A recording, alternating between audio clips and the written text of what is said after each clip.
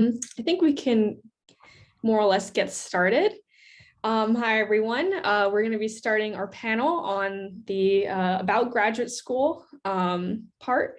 And I will be introducing some of our speakers.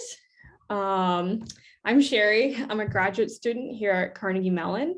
I'm in the Algorithms, Combinatorics, and Optimization program, and I am a rising third year. One of our speakers is going to be Adam Smith, one of the organizers for the summer school. He's a professor in computer science at Boston University. Before that, he taught at Penn State for 10 years. He did his BS at McGill University in Montreal and his PhD at MIT. And his research interests are in data privacy, cryptography, and their connections to machine learning, statistics, information, and quantum computing. We also have Greg here. Greg is a faculty member at TTIC and the University of Chicago. He works in computer vision and machine learning, and he's the director of admissions at TTIC. We also have another PhD student here, a rising second year, Anthony. He just finished his first year at UCSD. He's interested in complexity and combinatorics and the intersection between the two. And last but not least, we have Ron. I think, is it Ron? Okay, cool. Hi, Ron. Ron, I think you said you wanted to introduce yourself. I'll let you do that. I just didn't have a chance to respond to your email. Thank you for that. Yeah, no worries. My name is Ron Libeskind-Hadas. I am on faculty at Harvey Mudd College and Claremont McKenna College in the Claremont colleges. I got my PhD in algorithms at University of Illinois, Urbana-Champaign, and I have been, my work is in computational biology, algorithmic aspects of computational biology, and I'm in a somewhat different position from the rest of the folks in the panel in that I have not sat on graduate admissions committees, but I've sent a lot of students off to PhD programs in theory, including at TTIC and Carnegie Mellon and Boston University too. So I will provide some perhaps a different set of perspectives than the other experts on the group. Awesome, yeah, that's great. We're really happy to have you. I think you guys will provide some great advice about graduate school. Maybe the first question I'll ask the panel. Oh yeah, so the way the panel will work is I'll ask 3 or 4 questions, and then we'll open it up to the students to ask questions as well. And the first question I'll ask each of you is more along the lines of why graduate school or a PhD? What should I consider when applying for a PhD? What should I consider if I'm not sure whether this job is for me? Yeah, I guess I'll start with that.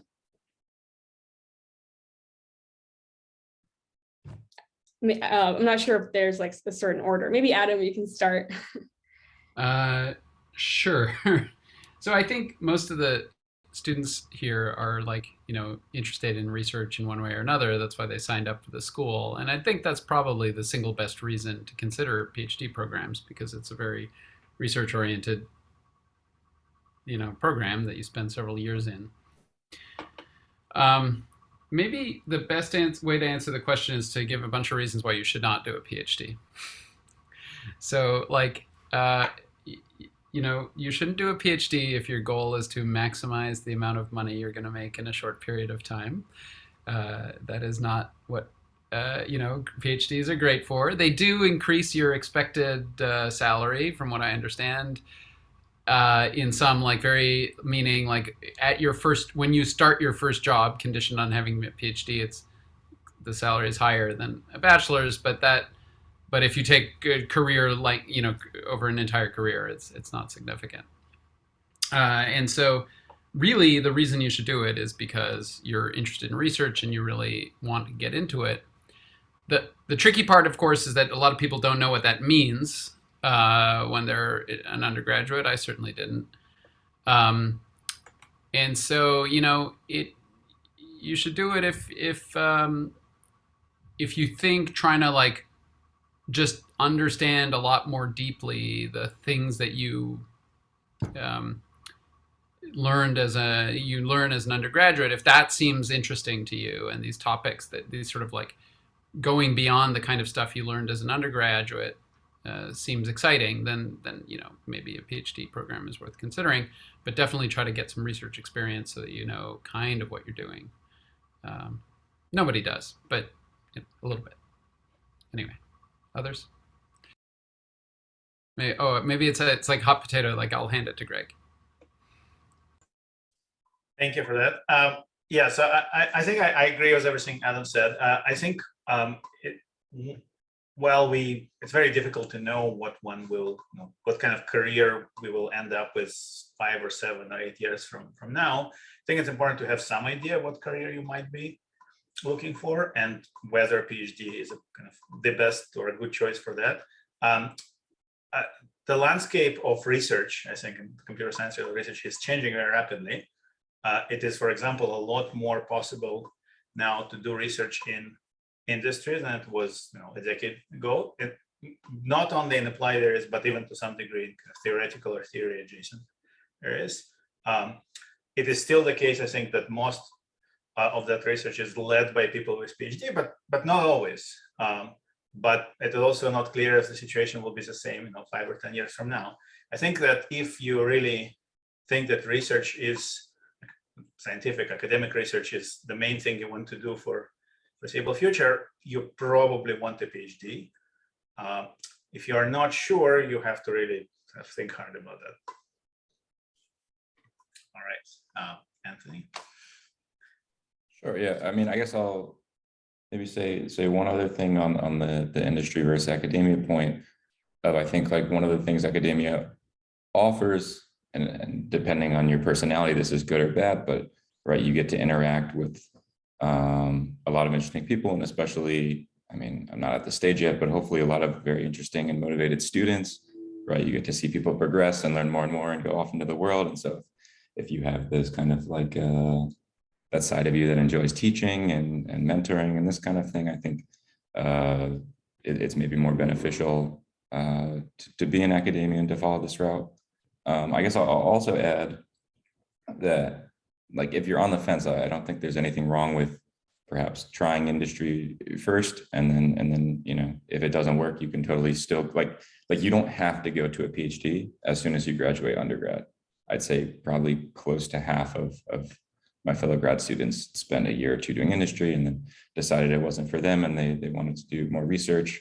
I think one of the recurring themes is people who typically like graduate schools and go for PhDs is they like to have a lot of their own accountability and a lot of freedom to think about what they want to think about that you might not get in industry as much. I mean, depending on the role. But yeah, like I said, it is definitely, it's not like a now or never type of situation.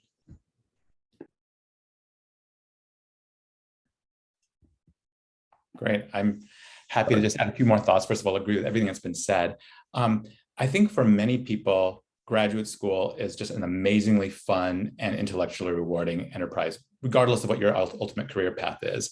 Not for everyone. I mean, some people start and they decide it's not for them, and that's okay. There's really no stigma attached to trying it. And you should know that if you go in many programs, if you start off in a PhD track and in a couple of years you decide that it's not for you, there's options to get a master's degree in many institutions. And even if you don't stay that long or the school doesn't offer one, I believe that education is never wasted. But I will say that for most of us, certainly the faculty sitting on this panel, I think would probably concur. It was an amazingly rich experience that just seemed unbelievable that we're getting paid, admittedly not tons of money, but enough to live on, to just pursue our intellectual passions and interests with really smart and interesting people around you. And it's just like priceless. There are opportunities to define your own career. So if you do decide to go either into academia or into a research kind of program, you just have much more autonomy over your career path. You have much more control over the problems that you choose to work on with a PhD. Academic career, I think for most of us who are in it, I think it's kind of amazing. It's really, I wake up every morning thinking like, I can't believe I'm getting paid to do this job. It just feels too good to be true. Research careers and research, in private research, I'm told are also equally amazing, although I haven't had firsthand experience there. And I think it's also worth pointing out that you can study one thing and end up doing something else in your career. And nonetheless, you bring perspectives that are useful. So I've had quite a few students who got PhDs in theory. I'm thinking one student in particular who solved an open problem in complexity theory when he got his PhD at Caltech, and he chose to go to industry. And he's not doing complexity theory, but he's highly, highly valued because he has learned to work on open-ended problems. He has sort of learned a skill set that is highly it transfers across lots of different domains. And he's doing incredibly well for himself, even though he's really not even in research at all. I would say he's in kind of a development position with a PhD in complexity theory. So that would be my short and shameless sales pitch. Yeah, wow, really great answers. Yeah, and I'll just echo in my own experience what I've seen. I chose to do a PhD because I didn't find any other space that had like these problems that I wanted to solve. You know, I chose it because I thought it looked like a lot of fun, and I was definitely kind of right, at least for my experience. So that was really nice. And yeah, finding the people and the mentors has been really good as well in graduate school. I don't know if right out of undergrad, I would have had that access to that space, that resource in that community. So it was a good option for me, I think. Yeah, I mean, I guess this panel will be somewhat biased towards going to graduate school a little bit, but I thought it worked out well. The next question is maybe along the lines of what some of you said about doing research. Question from the students is, how does one demonstrate interest in theory CS without research experience in the field? For students at schools without robust theoretical computer science offerings, either research or coursework, how should we get experience in the field? I can take a short bash at it and let others. So I think, first of all, most, obviously you can take classes. And in addition to, theoretical computer science classes, there's all these like theory adjacent areas in other fields like math and, more theoretical end of econ and stuff like that, and physics for that matter, where the level of thinking is similar. And so if there are like, if those are types of classes where if they're at your institution taught in a way that you're solving interesting problems and not just sort of learning mechanical things, then great. The other thing is there are various REU programs you can apply for at other universities. So a lot of the people I see that we admit to grad school have done some kind of REU, but often not at their own institution. And there are quite a few such things that you can apply for, at least in the US and some I know in Canada. And so looking for opportunities like that.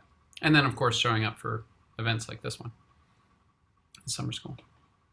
I know. Others, Greg? Yeah. I'm going to pass as insufficiently versed in theoretical computer science landscape.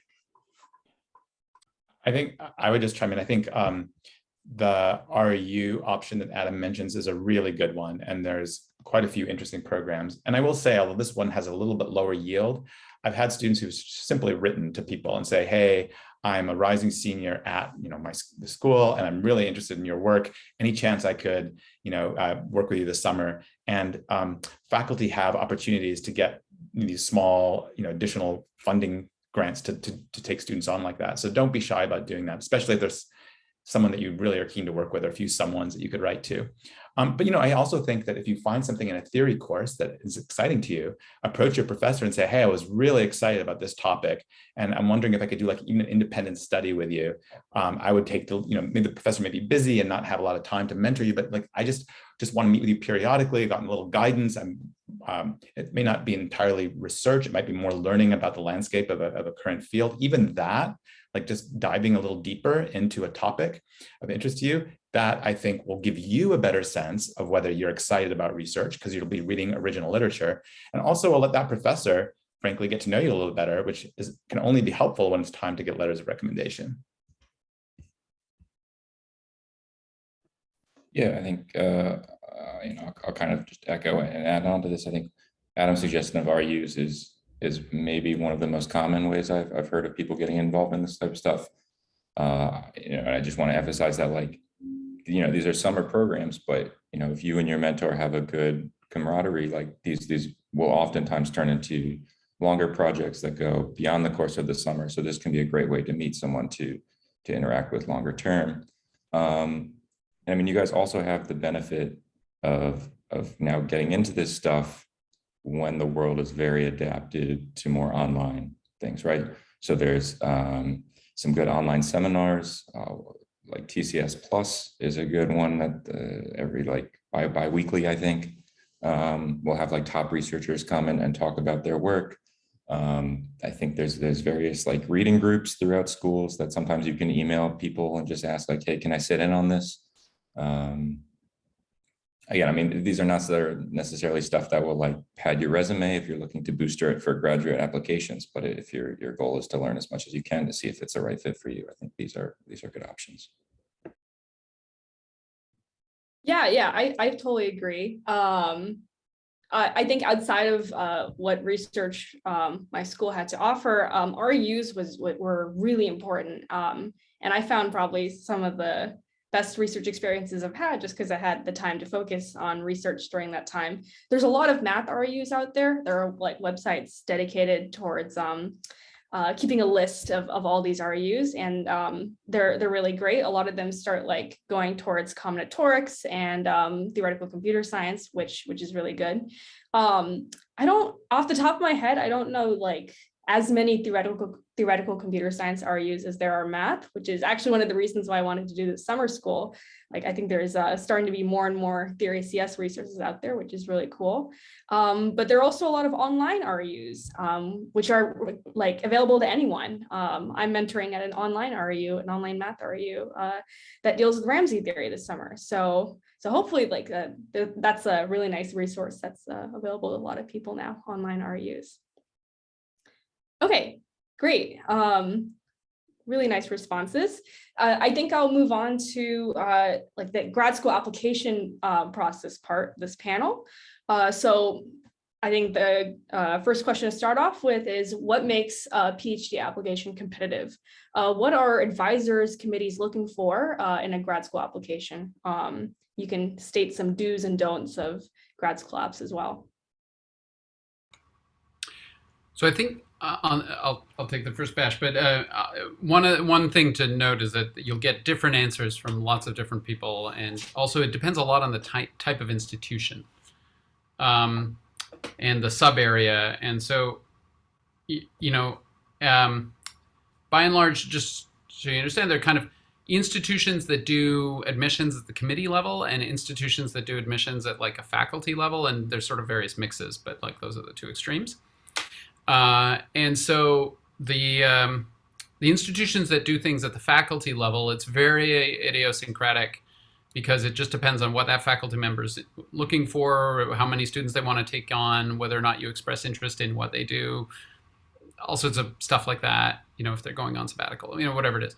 And so, but then I guess there's maybe more of an opportunity to like get somebody's attention if you're really interested in what they do and you've got like something to say about that topic.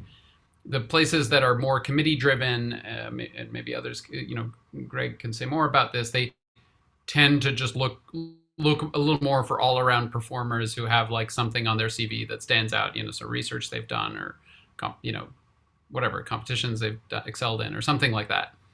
And so, okay, that said, the single most important factor in many grad school applications are the letters of recommendation, because grades are very noisy. So of course, we look at lots of things and it's a different mix in different sub areas. Like certainly in theory, people tend to look at coursework a fair bit because they want to make sure that you know what theory means when you're applying, that you've taken, some substantial courses with substantial mathematical material. But really the letters have a huge amount to do with it. So if you have the opportunity to work closely with somebody, take more advanced classes, that kind of thing, that makes a huge difference. And then just, the last thing is to try to learn as much about some topic you think is interesting. And, if you've done research, write about it. write about that research and what you think might be interesting to do next. And if you don't have that much research background, it'll be hard to get into a really top program. But if you go down one or two notches, that your application will still get read. And so just being able to have something to talk about, like you read on your own about a topic and you're really interested by XYZ, that kind of thing increases your chances. Although right. So that's I think I'll hand off to Greg, and maybe if maybe I'll come back if there's anything I think of while other people are talking. Right. So as Sherry mentioned, I'm a director of admissions at TTIC. TTIC is a pretty small program, but we do see about 250 applications a year, and I've been doing it for a number of years. So I guess I've seen a bunch. For calibration, in light of what Adam said, so we do admit students to the program, but because we're a very small institution, we can admit them to the program when we also have a good idea who the likely prospective advisors might be. I think that's not uncommon, especially for smaller departments. As the departments become bigger and bigger, if you have 100 faculty in the department, that sort of often is less significant to consider, because the idea is that someone among the 5 or 6 faculty doing roughly that area of research might end up working with a student who's interested in that. But for smaller programs, I think it's usually some kind of convex combination of a program fit and individual advisor fit. So that being said, I think the way I usually think about this is that there are some pitfalls or red flags that one needs to avoid to kind of pass the initial screening. And sometimes, depending on how process is built, there's literally a screening stage.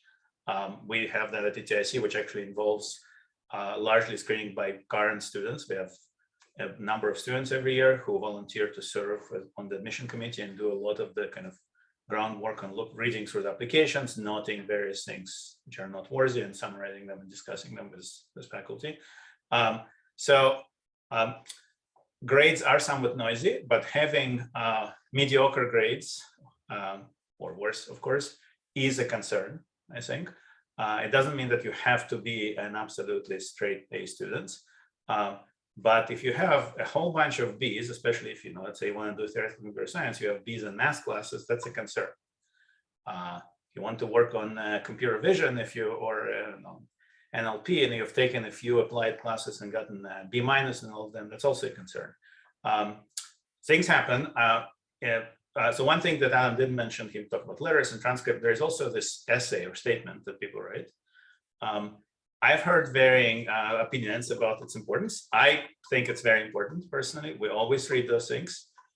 There definitely have been many applications that have been saved by the essay, which were maybe kind of teetering on the borderline, maybe would have rejected them, but the essay really convinced us to take another look. And one thing you can do there in particular is to be very, if you had some personal issue in a couple of semesters and your grades took a dive and then you recovered, people will notice it. And so you might as well just mention it and explain what happened. And I think people do read the things. So it might have an effect. I agree that research experience is kind of critical. It doesn't mean that you have to have published papers. There is this ongoing, I think, somewhat inflation of papers. It's increasingly common to have people who apply for graduate schools with multiple papers already published. I think that it helps mostly to the degree that this is evidence that you have research experience, especially if you had a meaningful contribution to those papers, which are mentioned, and that's mentioned in the letters. I don't think it's necessary still, even for the top programs. And I can say that for some of my colleagues, having too many papers as an undergrad might be a bit of a red flag, in fact, because it is rare that someone can really, contribute meaningfully for so many papers. And there's also a concern that if you learn some bad skills in publishing so many papers, that may be hard to unlearn. I'm not saying don't publish, but definitely I don't think that's a necessary requirement. Letters, one thing about the letters, people often don't necessarily have, I think, a good idea of what is the right goal of the letters. I can tell you it's much better to have a very positive, detailed, and clearly kind of letter founded in good familiarity with the applicant from a fairly junior person than to have a short, lukewarm letter from someone very famous who clearly barely knows the applicant. And people sometimes have a kind of, I think, incorrect perception of that. And you kind of usually have to submit at least 3 letters. You should think who are the best 3 letter writers and go with that. And it's often the case that one of those letter writers will be instructor in the class, and that's fine. If only your letters come from people who only know you as a student in their class, that is less good, because then we don't have additional evidence of your kind of research experience. So I think all of those things, now, no one of them is a silver bullet, I think.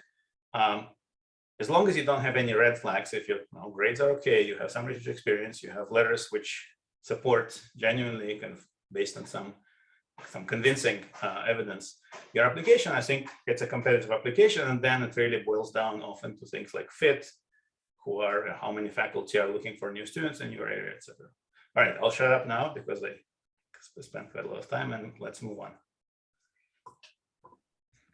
I think everything that's been said has been spot on. I think maybe I will just add 2 small pieces here.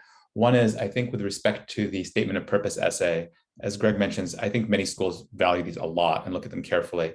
And I recommend giving yourself ample time to write it and to do a combination of peer review. And frankly, if you can get a professor in your department to give you some feedback on it, that is extremely useful. You'll get input there that can really help shape that letter. I've heard different things about the following issue. I'll just share what it is. It's the extent to which the essay describes the kind of research problem or area that you wish to work on.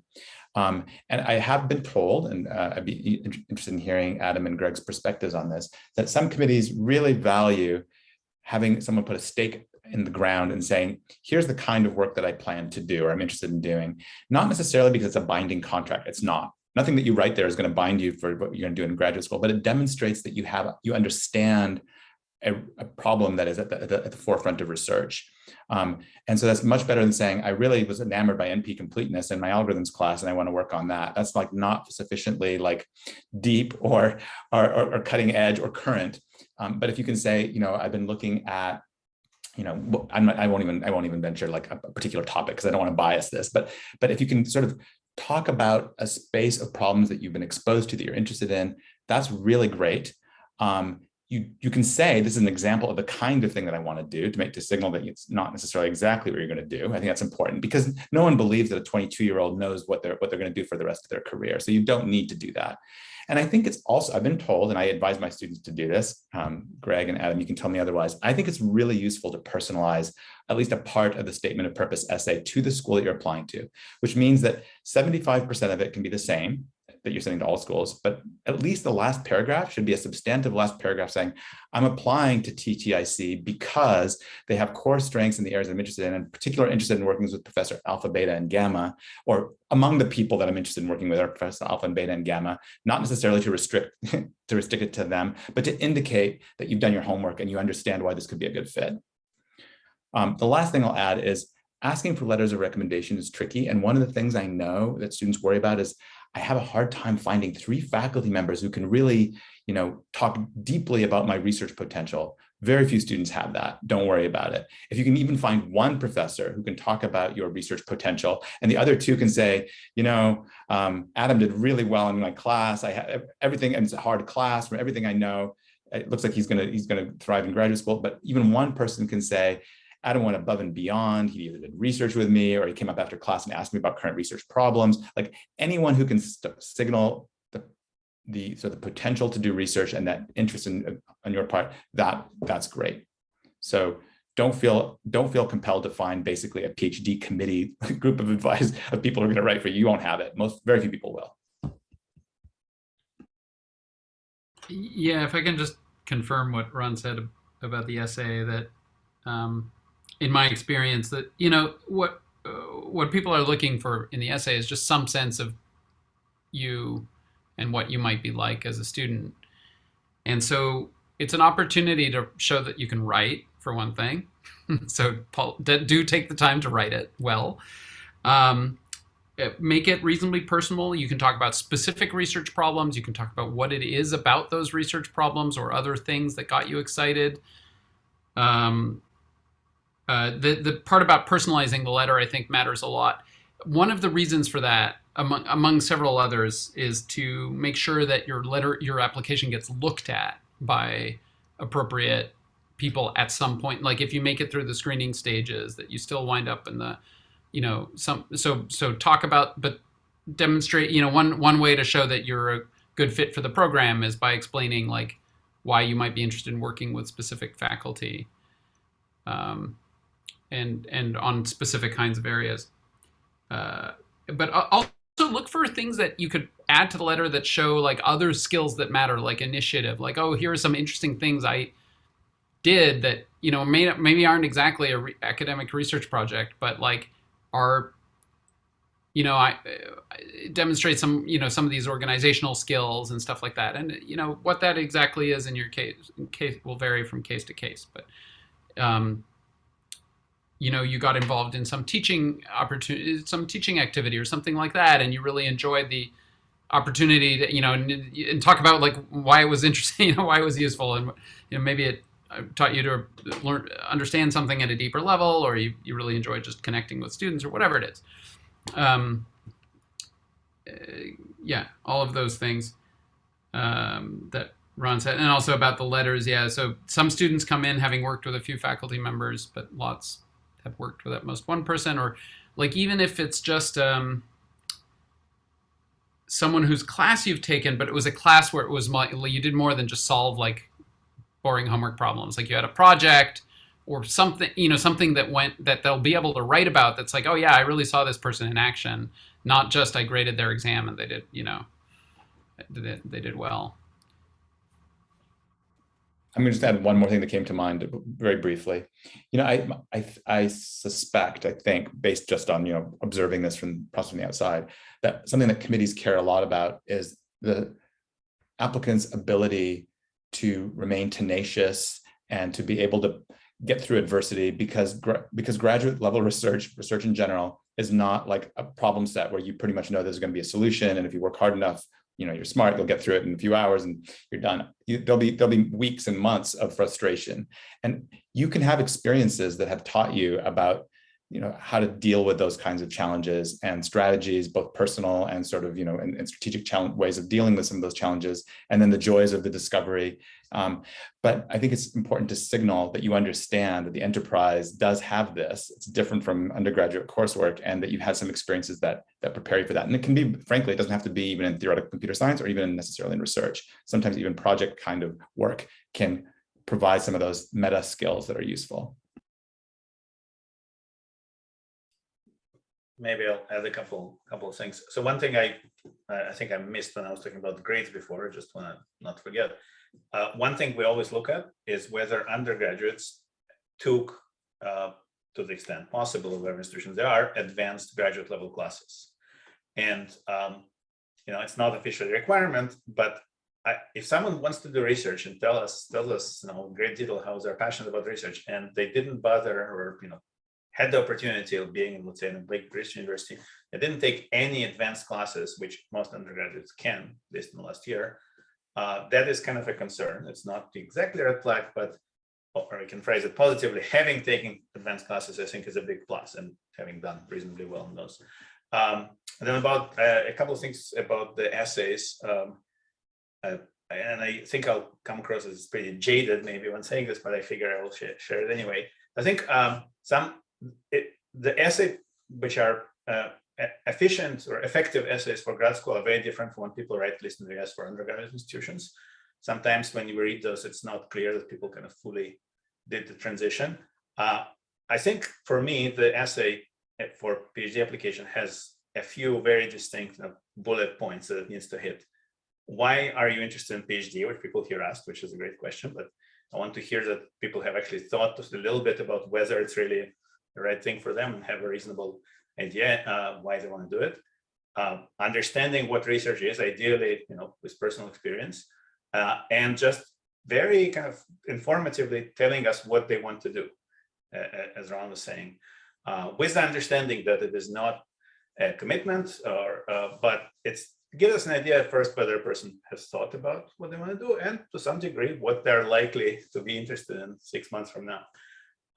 And I think one pitfall I should mention, which I often see, is that sometimes it's clear that people sort of romanticize research a little bit, and often see, for example, someone did research in theory and now say, now I finally I want to go and apply this in practice. I want to switch down now to building, I don't know, machine learning systems, which will use all of the theoretical computer science results I've learned.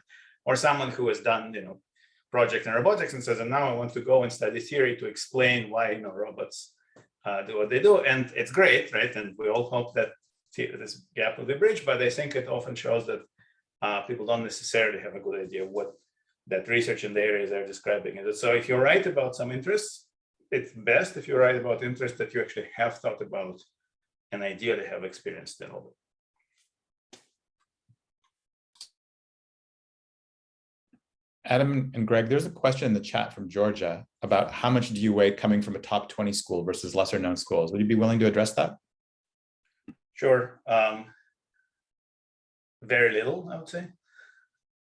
I think conditioned on the merits of the application, it's largely immaterial. I don't know. I can say it's completely immaterial, and this grades mean slightly different things in different schools. Also, to be fair, in some of the top schools, the grades are possibly more inflated, and we also are aware of that. If you are coming from a research institution, you are just more likely to have opportunities to have done research and have letters from people who interacted with you in research. But if you have letters attesting to your research experiences, I don't think it matters to us very much what is the name of the institution. Adam? Yeah, I would agree with that. Although I think the important caveat is what Greg said, that is, people who come from institutions with a lot of research activity might find it easier to get into, to get exposed. I would say the other thing that we do pay attention to is sort of like, and Greg mentioned something like this, sort of like, to what extent are you maxing out the opportunities that are available to you? So like someone who comes from like a smaller college who hasn't gotten into research, like maybe we would be, we'd sort of like be much more willing to like look for other signals.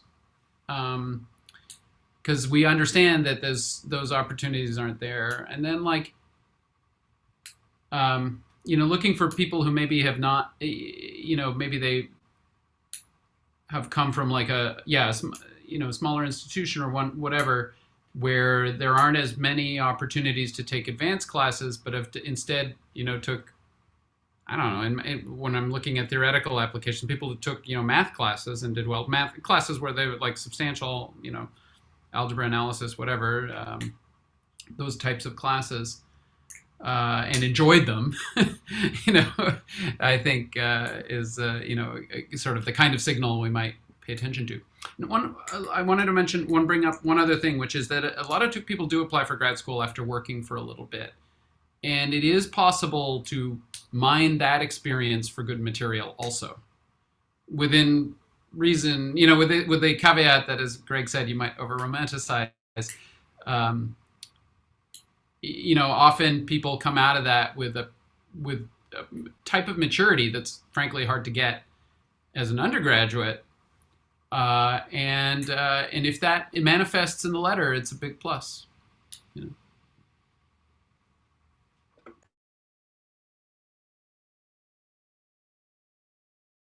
Anthony, do you have any thoughts about the grad school admissions process, since you've done it somewhat recently? Like on your end, how was that? Yeah, I was going to now weigh in because I did not do very well on my grad applications in terms of success rate.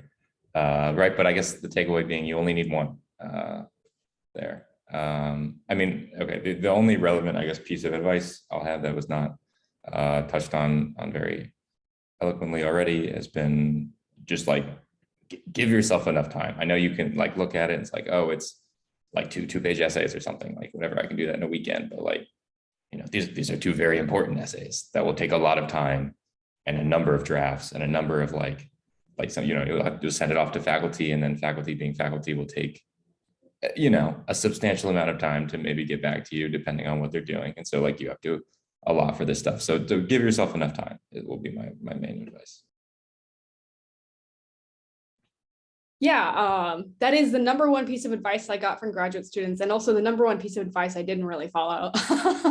But you really can never start too early. A statement of purpose requires a lot of iterating. One thing that I thought was really valuable for me is when I wrote my statement of purpose, I sent it out to all the mentors I've been fortunate enough to have for my RUs, for my classes. I sent it out to a whole bunch of professors, and I got great comments, great editing. And I sent it to older students that had just done the process. And so one thing I hope that the summer school offers you is a network of professors, a network of graduate students that are, willing to look over anything that you write and, give you something useful. So that's certainly a resource not to be ignored. I did actually think of one last thing. This is not directly grad school application, but especially I think this might only be for domestic, like US students. But there are several like fellowship opportunities that you likely should be applying for. So like, okay, the most popular one here is this NSF GRFP thing. And this gives you a lot of great funding support for your early years. And so like the way this specific one works is you can apply once as an undergrad and once in your first 2 years of grad school. And so like don't miss your undergrad shot. Like this is one of my biggest regrets is I found out about fellowships way too late, and I did not have time to make a good-hearted attempt at this. And I had several friends who actually got it, and who I am quite jealous of at the moment. So, and there's like some other ones. So like look around a little bit for these fellowship opportunities. Again, a lot of them have like, as an undergrad, you can just take a free pass at it, and it doesn't count as like your number of tries that you are limited in some sense. Yeah. And sorry, just Adam. add to that. Oh, I was just going to say there are also, some fellowships that are targeted at particular groups of people, like women or whatever, and so keep an eye out for those, and make sure you're maxing out the opportunities that are available, whatever those are to you, since those are great opportunities. That said, those are all good. They don't really affect your PhD that much in the long term, I would say. So, an SF graduate fellowship is great. It might mean you do a little less TAing, maybe. In the grand scheme of things, they're not, you generally will be funded one way or the other. And so it's not, not something you have to stress out too much about. Like the other stuff is much more important. But it doesn't hurt. It doesn't hurt, but we don't normally have the results of that before making admission decisions. So it's like, it's not that it affects, sometimes, but it's rare that really affects. I only bring this up because I have a very specific example of like a friend who got into a prestigious school with the advisor who didn't have a ton of funding available. And she was able to get results back before decisions were made. And then like, because of that, she was able to get accepted to that particular person. So. Yeah, I see. Okay. Yeah. So that's a good example. Yeah, I've heard of that happen every once in a while. So it's always a really nice option if it happens. Yeah, I think I'll just say like the number of schools that I applied to, or number of programs, I think technically, I ended up applying to like 14, and I think I should have done less in hindsight, but the anxiety of applications tends to move you forward in the end. But in hindsight, I think it would have been easier and better for the quality of my applications if I had done less. I only ended up getting into like 4-ish, which I was really happy to get into anything that I did. So they're not like, applications are not super easy, but I was able to get into my favorite program. So that was good. But it's just some stats on what one person's experience is like. I had 2 questions here about the GRE. How important is the GRE to applications? Do programs put an emphasis on this anymore? Do I need it to apply? Yeah. I can, so at TTIC, we have been not requiring GREs, are optional.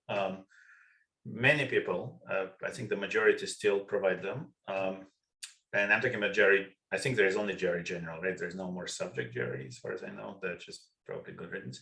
I think that it's common to make them optional. I don't know the stats across the schools. And pretty much the only thing, to the extent people provide those, the only thing we look at is the quantitative part. And we want to make sure that someone doesn't have a low score there. And I think, if I remember correctly, the max is 170. And so honestly, for a CS, I think 165 and lower is kind of concerning in our experience. That being said, you can just not submit it and we will never know. So I think bottom line is that it's not very important. If your scores, especially the quantitative one, are kind of not great, then maybe it's not to the extent you know that, it's better not to submit it if you don't have to. Yeah, if you are going to do the GRE, it's worth practicing and getting. Yeah, I mean, they're not super hard, mathematically generally if you're in a computer science major. But they, especially if your native language is not English, the timing aspect can be a significant one.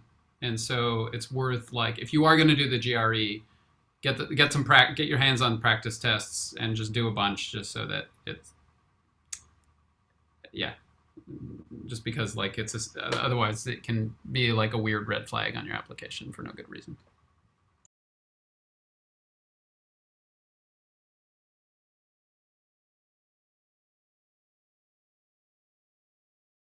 Okay, maybe the next question I'll ask is more about what life is like as a graduate student. Yeah. So what is it like?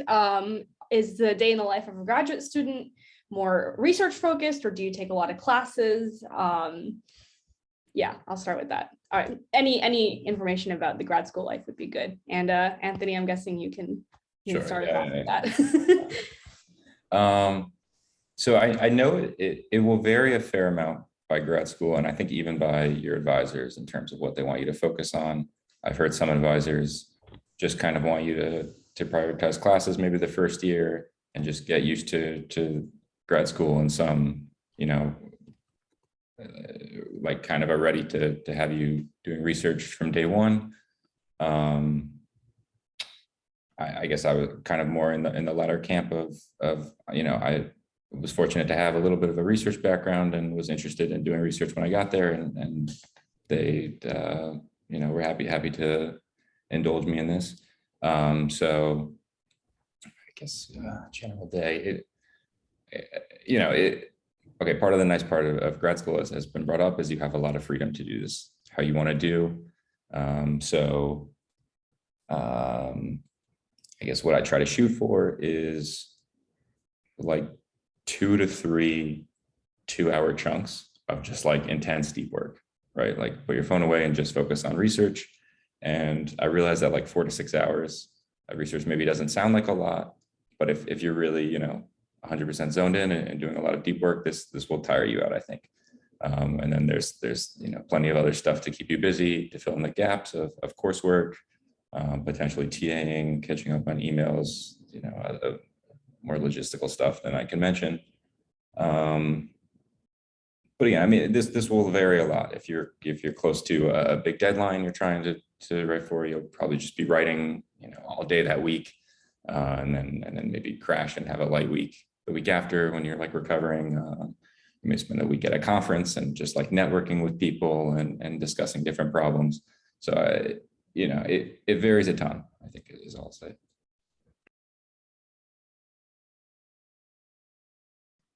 Yeah, maybe I'll add on that real quick before I ask our people who are previously graduate students what that was like and how their students are doing. Yeah, for me, I know one of the students here had asked me, like, do you guys get any paid time off? And it's a little bit of like, you can take all the time off you want technically, but then, every week when you go into your research meeting, your professor will ask you, so what have you found? So, you do things at your own pace, but yeah, make sure you're doing stuff, I guess. My first 3 semesters, so I'm in a math program technically, and that means I have some more classes and I take some qualifying exams and whatnot. So those were a little bit more course intensive my first 3 semesters. After that, it's been well, I only had 1 semester of like more research so far, I guess, but so far it's been mainly working on my own and doing the more research parts. Great. So at this point, we actually have a lot of questions coming in, so maybe I'll ask these questions. One person asks, for students who are interested in both theory CS and other fields of math, would you have any advice on choosing whether to pursue a PhD in math or CS? And are there any general differences you observe between PhD programs in these 2 fields? I'm happy to take a first crack at that. My best advice, and I'm sorry, this will seem a little bit kind of maybe tautological, is do what you think is most fun and interesting for you. And so if you're tilted, if you're somewhat predisposed to pure math, go that route. If you're somewhat predisposed to computer science, go that route. Graduate school, it takes a lot of energy and tenacity and self-motivation. As Anthony was noting, like it just requires like a lot of just that discipline to sit down and engage with your problem or problems. And if you're more interested in one or the other, then I would choose one that's most interesting to you because you'll do best at that. Having said that, I also will just say that from the perspective of coming from a 4-year college, it is true that there are more jobs in computer science than in math. I think that's true. And even theory, which is perhaps less marketable than some other areas of computer science, a PhD even in theory offers options that probably are more difficult to come by for mathematicians. Not impossible, but I just compare my colleagues in the math department at Harvey Mudd and ask them how many applicants do you get for positions versus how many we get, and they get a lot more. That's just how it is. Well, yeah, I just agree with Ron's general advice. Maybe one point to say is if you're on the fence, look for places that are good at both, and where you can go back and forth. Like there are math programs like the ACO program that I think, Sherry, you're in at CMU that are very, have a strong CS angle, or there are some that have a strong operations research angle, which often similar in terms of flavor of stuff. And there are computer science programs that have a very theoretical bent, or have that, the possibility of doing work that's more mathematical, more closer to pure math and flavor. So, and as Kwong said, you can move. You can. It is possible to switch, and it's possible to take classes across areas and that kind of thing. Yeah, Georgia Tech has a great ACO program. There are lots of math programs that, like MIT's applied math program. A lot of computer scientists you may have heard of went through that. Anyway. But I'll just say, that said, you should really just go into computer science because it's more fun.